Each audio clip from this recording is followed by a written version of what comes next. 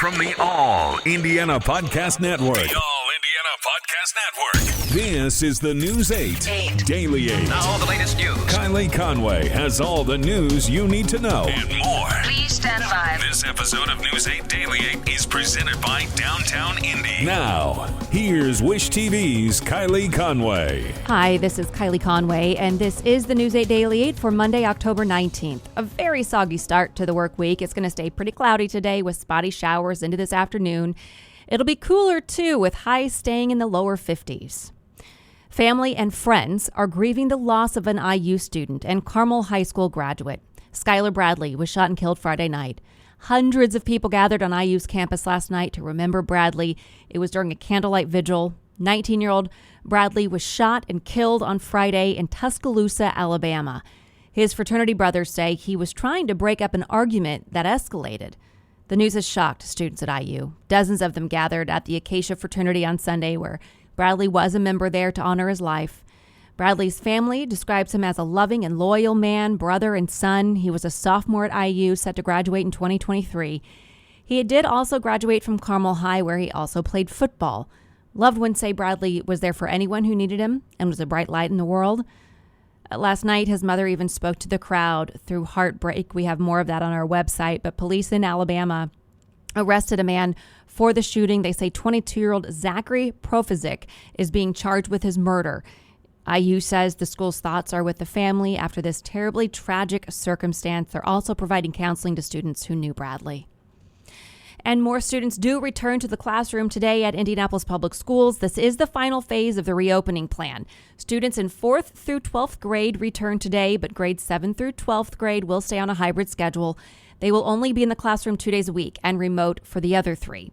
Students in grades pre-K through 3rd grade returned to the classroom 2 weeks ago, and then we're on remote learning last week, which was the formally scheduled fall break. So there has been a week of practicing safety protocols on buses and in classrooms, and there continues to be a remote option for families. IPS is asking families to read all communication thoroughly. Masks are required, and the district's supplying 1 reusable mask to every student and staff member. IPS is also stressing that parents should continue monitoring their child for COVID-19 symptoms every morning, including watching for a fever that goes to 100.4 or higher, chills, or a sore throat. Superintendent Alicia Johnson said on Friday that the district is closely following the data as Indiana faces a rise in cases, but hasn't said when or if in-person learning would pause.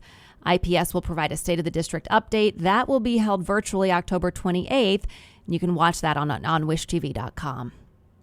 Purdue football head coach Jeff Brom is in isolation this morning after a presumed positive COVID-19 test just days before the team's first game. The university says it's waiting for the results on a second test to confirm the diagnosis. Brom told the team and staff about his test yesterday afternoon. Big Ten football is scheduled to start this weekend, with the Boilermakers hosting Iowa in West Lafayette Saturday at 3:30. And according to Big Ten protocols, if Brom tests positive, he'll have to follow CDC guidelines and go into isolation for 10 days.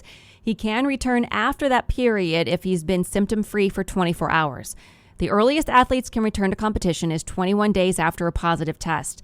All student athletes who test positive for the virus also must go through heart testing and get clearance from a cardiologist. Indiana's COVID-19 daily positivity rate is surpassing what the World Health Organization deems too high. It is 6%. The state health department reported 1,629 coronavirus cases yesterday. On Saturday, we reached the highest number of daily cases since the beginning of the pandemic. More than 147,000 people across the state have now been infected with the virus. Health department officials reported 19 new deaths, and the virus has killed 3,704 people in Indiana. Searching for a romantic summer getaway? Escape with Rich Girl Summer, the new Audible original from Lily Chu. The exquisitely talented Philippa Sue, returning to narrate her 5th Lily Chu title. This time, Philippa is joined by her real-life husband, Stephen Pasquale. Set in Toronto's wealthy cottage country, aka the Hamptons of Canada, Rich Girl Summer follows the story of Valerie, a down-on-her-luck event planner posing as a socialite's long-lost daughter, while piecing together the secrets surrounding a mysterious family and falling deeper and deeper in love with the impossibly hard-to-read and infuriatingly handsome family assistant, Nico. Caught between pretending to belong and unexpectedly finding where she truly fits in, Valerie learns her summer is about to get far more complicated than she ever planned. She's in over her head and head over heels. Listen to Rich Girl Summer now on Audible. Go to audible.com/richgirlsummer. And the pandemic is closing the doors of a Hamilton County restaurant. Rail in Westfield says it will be closing November 1st. The owner says the restaurant relies on strong, warm weather months to get them through, and it just wasn't possible this year because of the restrictions. It opened more than 6 years ago, and Rail specialized as a farm-to-table breakfast and lunch restaurant. And today is the next step in a power struggle over public safety in Zionsville. The town council meets virtually this morning to decide whether to override vetoes from the mayor. The council voted earlier this year to reestablish oversight boards for the police and fire departments. The structure of the boards would allow council members to be on the boards and, in essence, give the council, rather than the mayor, final authority to fire a chief. Mayor Emily Styron rejected the measures. The meeting started at 7:30 this morning, and we'll have updates on wishtv.com and on our midday news at 11. And now to business headlines. American Airlines is planning to return the Boeing 737 MAX to service for passenger flights by the end of the year. However, the return to service dates are highly dependent on recertification from the Federal Aviation Administration. The MAX has been grounded worldwide since March 2019 following 2 crashes that killed 364 people. School closures will cost students thousands in future earnings. A new report from the Penn-Wharton budget model says by the beginning of October, those closures have cost students between $43,000 and $57,000 in their future earnings, depending on their grade. Younger students, the report says, lose more than their older classmates. If you are doing a lot of online shopping for the holidays, you should start early. Delivery companies and analysts expect delays this year because of the unprecedented demand. Carriers are pushing retailers to spread out sales to lessen that demand. And the national average price for a gallon of regular gasoline was $2.17, down a penny from the previous week. Drivers were paying an average of $2.65 a gallon a year ago at this time.